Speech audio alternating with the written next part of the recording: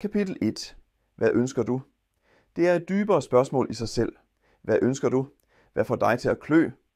Hvilken slags situation vil du gerne have? Lad os antage, at jeg ofte gør dette i erhvervsvejledning af studerende. De kommer til mig og siger, at de er ved at komme ud af college, og de har ikke den fjerneste idé om, hvad de vil gøre.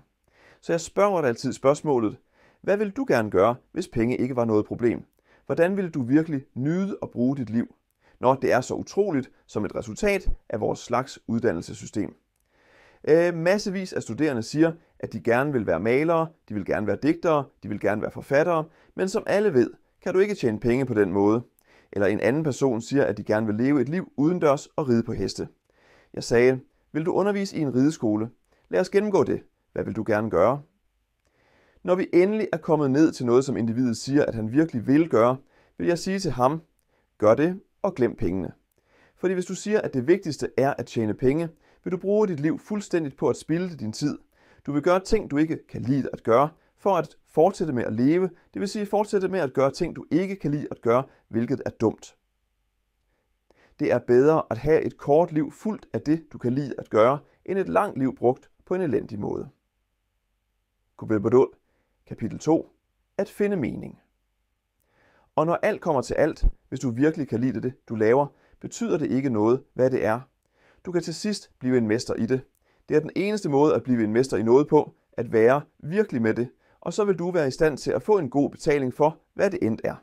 Så vi bekymrer os ikke for meget om det. Der er nogen, der er interesseret i alting, og hvad end du kan være interesseret i, vil du også finde andre. Men det er fuldstændig tåbeligt at bruge din tid på at gøre ting, du ikke kan lide, for at fortsætte med at bruge din tid på at gøre ting, du ikke kan lide, og lære dine børn at følge samme spor. Se, hvad vi gør.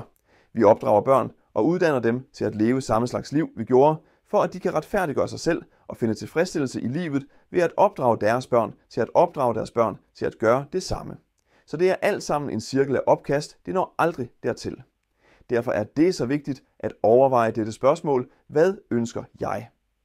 Når vi svarer på det spørgsmål på en naiv måde, regner vi ud, at vi ønsker at kontrollere alting.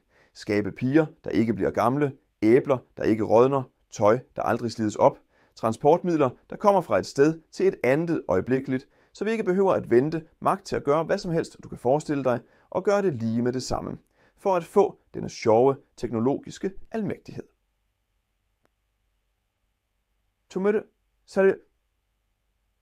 Kapitel 3. Kontrol og magt.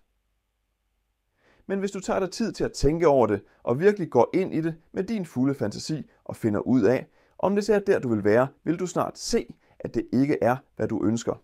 For så snart du har en situation, hvor du virkelig kontrollerer tingene, det vil sige, hvor fremtiden er næsten helt forudsigelig, vil du se, som jeg sagde det i går aftes, at en helt forudsigelig fremtid allerede er fortiden. Du har haft det, og det er ikke, hvad du ønskede. Du vil have en overraskelse, og du ved ikke, hvad det vil være, for åbenbart ville det ikke være en overraskelse, hvis du gjorde det. Du ønsker en behagelig overraskelse, men som du siger, hvilken slags overraskelse ville være behagelig? Og du kan ikke rigtig svare på det, for du ved, hvis der skal være sådan noget som behagelige overraskelser, skal der også være ubehagelige overraskelser, der skal være uhøflige chok. Så du er som en, der tager en af de der ønskebrønde eller baljer, du ved, hvor du fisker efter noget, og trækker en pakke op, og du ved ikke, om du har fået en død rotte i den, eller et nyt kamera. Og det er måden, det ser ud til at være det, der virkelig begejstrer folk. Men helt sikkert kommer der ud af denne undersøgelse en følelse af ægte desillusion med idealet om magt. At have magt, at have kontrol, er ikke noget, nogen fornuftig person ønsker.